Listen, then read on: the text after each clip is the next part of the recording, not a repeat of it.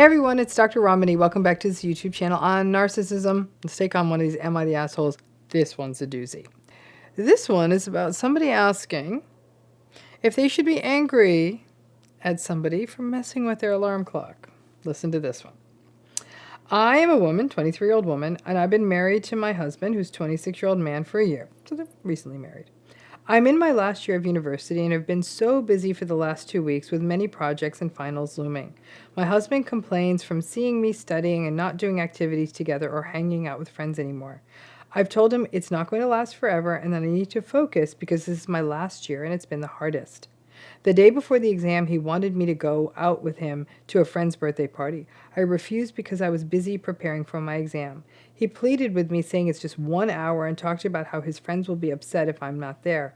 I said no and shut down any further discussions. He got upset and called me selfish and inconsiderate, but then dropped it. Before I went to bed, I set my alarm clock like I always do since I'm a heavy sleeper, and I stayed up late studying. The next morning I woke up at 9 a.m. It was just late for her. I literally freaked out and checked my alarm and found out that it had been set to go off at 9:30 a.m.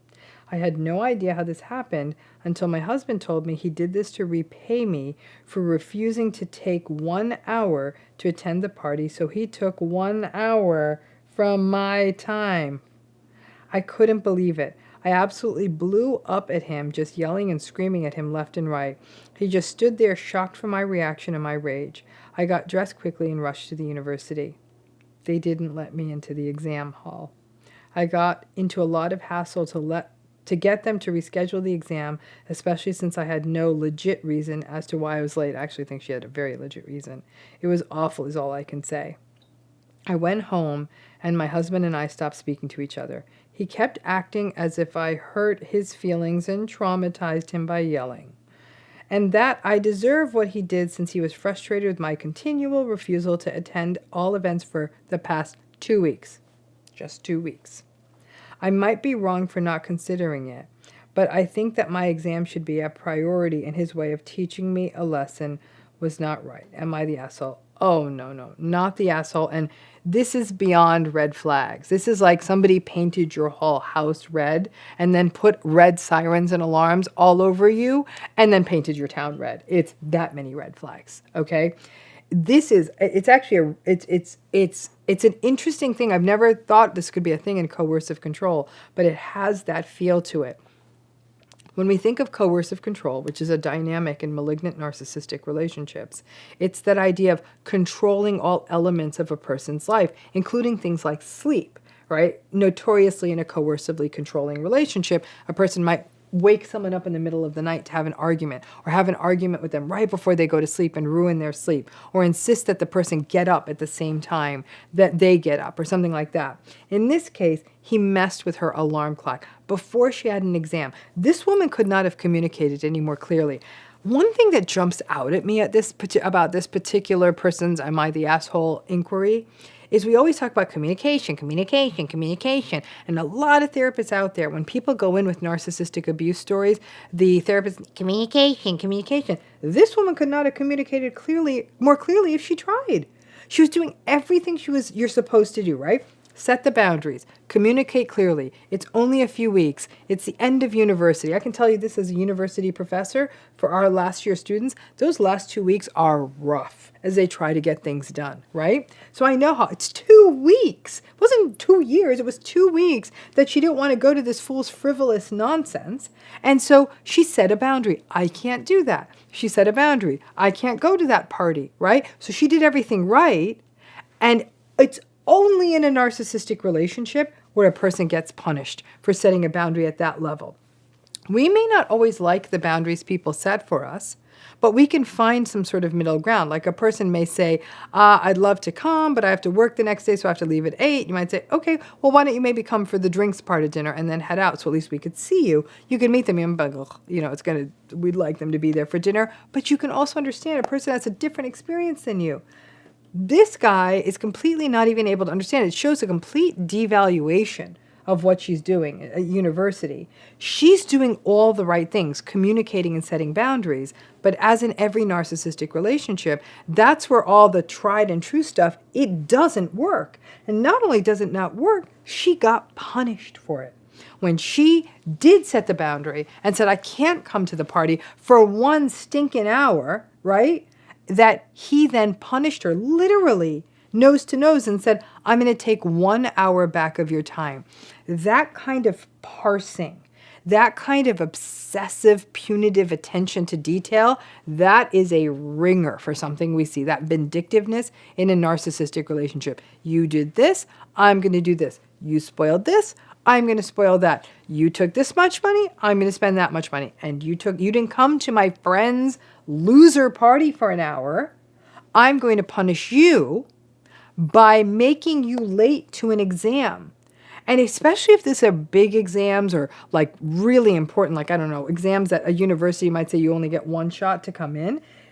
Bless her heart that she was actually ultimately able to get in. How do you explain to somebody, since most people don't get this, oh, I'm in a relationship with a narcissistic abuser and they manipulated my alarm clock? Most people would say, huh?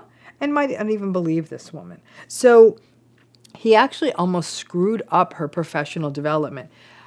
I'm gonna tell you, this one feels unforgivable to me. It really, really does. Because it shows something in this person's DNA that is inherently flawed.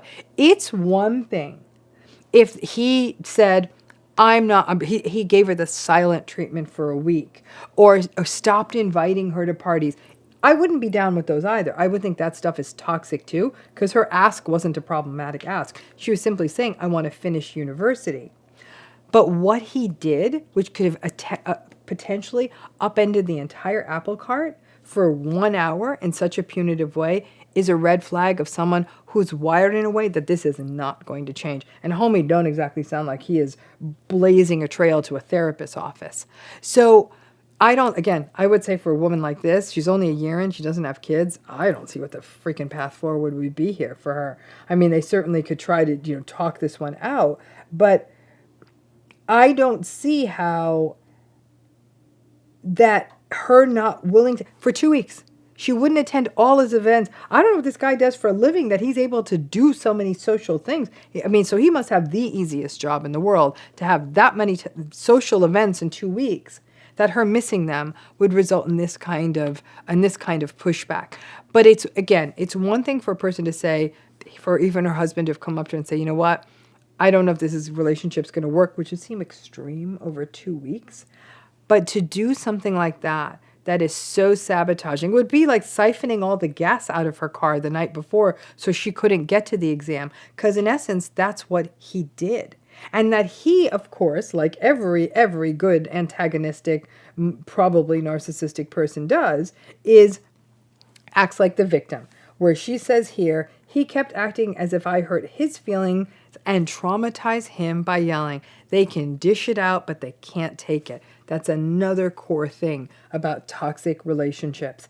And then that he says that she deserves what he did since he was frustrated by her continual refusal. So meanwhile, this poor woman is very good at communicating, and his way of communicating is passive-aggressive and manipulative. So this is actually a pretty glaring one. I've got to tell you, if I heard this from a client, I'd be like, I mean, obviously this woman's going to choose the path that works for her, and it's sad because it's such a new relationship.